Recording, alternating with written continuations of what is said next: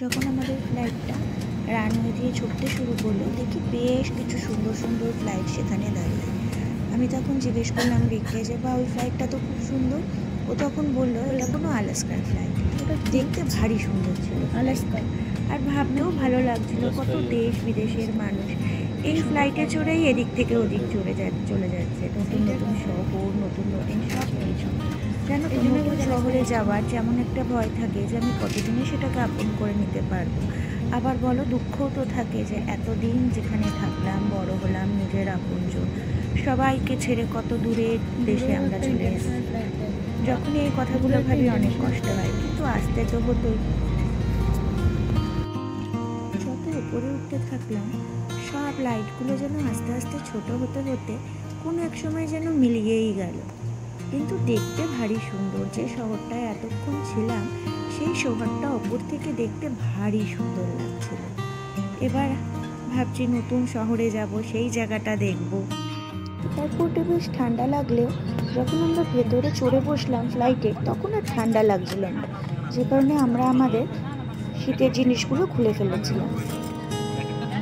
আর দুজন মিলে অনেক রকমের গল্প করতে করতে এগোচ্ছিলাম। আসলে মাঝে মাঝে মনটাও অনেক খারাপ হয়ে যাচ্ছিল নিজের বাড়ির লোককে ছেড়ে যাওয়ার জন্য, কিন্তু ও হয়তো সেটা বুঝতে পারছিল। ও এদিক সারাটার সময় সারাক্ষণই আমার হাত ধরেছিল, তাই জার্নিটা আমি বুঝতে পারিনি। একটা কাছের মানুষ পাশে থাকলে দেখবে অনেক বড় বড় কষ্টগুলোও ভুলে থাকা যায়।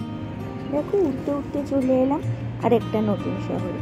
সত্যি মুম্বাই যেন আলোর নগরী, একদম ঝলমল করছে চারপাশ। এখানে আমাদের শুধু একটা মাত্র রাতই কাটাতে হবে। কাল দুপুরে আমাদের দুবাইয়ের ফ্লাইট, তাই রাত্রিরে এখন আমরা ক্যাব ভাড়া করে নেব। বাজে 12:30 মতো, আর হোটেল আগে থেকেই বুক করা আছে। তো কাল সকালবেলা চেষ্টা করব মুম্বাইয়ের আশপাশটা, মানে কাছে যা পড়বে ঘুরে দেখতে, কারণ দুপুরের মধ্যে আবার এয়ারপোর্ট ঢুকে যেতে হবে। এটা সোজাসুজি সকালের একটা ভিডিও। আমরা রাতে কোনো ভিডিও করতে পারিনি, কেননা আমরা কোনো জায়গায় খাবার পাচ্ছিলাম না, সব দোকান বন্ধ ছিল।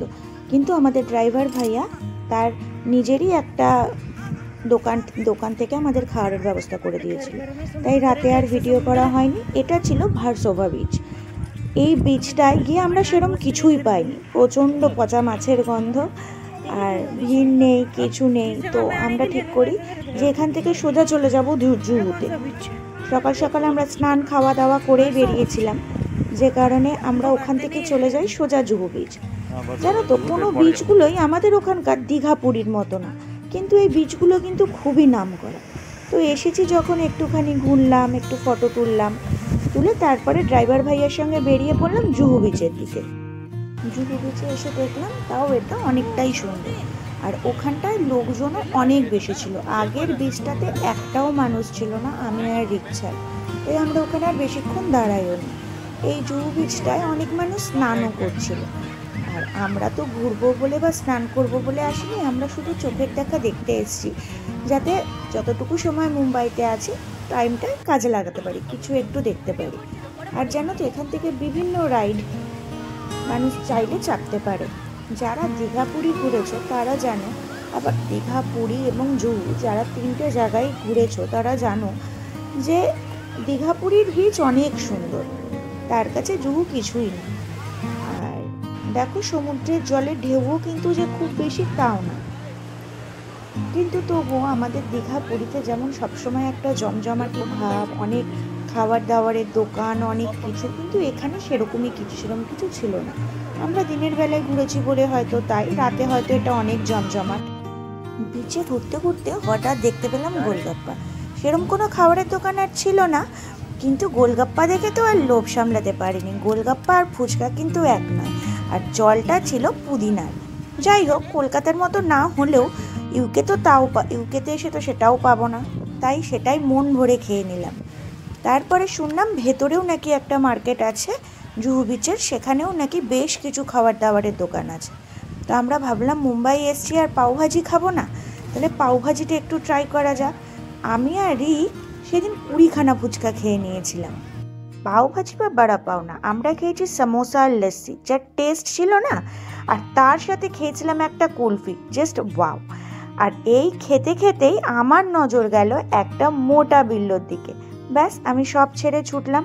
আর ও এত মিশু খেয়েও কোল থেকে নামতেই চাইছিল না, কিন্তু আমাকে তো ফিরতে হবে, যে কারণে আবার ওকে টাটা বলে ওখান থেকে আমরা বেরিয়ে পড়ি। জুহু বিচ ঘুরে আমরা ক্যাবে ফিরে এলাম। আর ড্রাইভার ভাইয়া এত ভালো ছিল, আমরা মুম্বাইতে গিয়ে যে দুজন ড্রাইভার ভাইয়ার সাথে ঘুরেছি দুজনই ভীষণ ভালো ছিল। আর যার হাত ধরে তুমি শহর ঘুরবে সে যদি ভালো হয়, তোমার জার্নিটা তখন আর জার্নি বলে মনে হবে না। এত ভালো, এত সুন্দর অলি গলি দিয়ে আমাদেরকে নিয়ে এসছে যাতে আমাদের জ্যামে ফাঁসতে না হয়। আর সামনেই ছিল বড় বড় হোটেলগুলো, যেগুলো রিক আমাকে দেখাচ্ছিল। এই করতে করতে আমরা পৌঁছে গেলাম এয়ারপোর্ট। এবার আমরা ঢুকে যাব এয়ারপোর্টে। আমাদের এখানে থাকতে হবে 3 ঘন্টা। আমাদের চেক ইন আছে, সমস্ত করে নিয়ে আমরা একটুখানি বসবো ওখানে, ফোনের চার্জগুলো দিয়ে নেব, নিয়ে আমরা বেরিয়ে যাব দুবাইয়ের উদ্দেশ্যে। আবার আরেকটা নতুন শহরে যাব, সেখানে গিয়ে আবার আমাদের 1 রাত্রির থাকতে হবে। তো ওরাই সমস্ত ব্যবস্থা করে দিয়েছে আমাদের ওখানে থাকবার। এমিরেটস থেকেই খাওয়া দাওয়া, হোটেল সমস্ত ওরাই দিয়েছে। নেক্সট ভিডিওতে তোমাদের সবই দেখাবো। এবার ঢুকে পড়ছি আমরা আস্তে আস্তে এয়ারপোর্টে। চলো টাটা, দেখা হবে নেক্সট ভিডিওয়ে।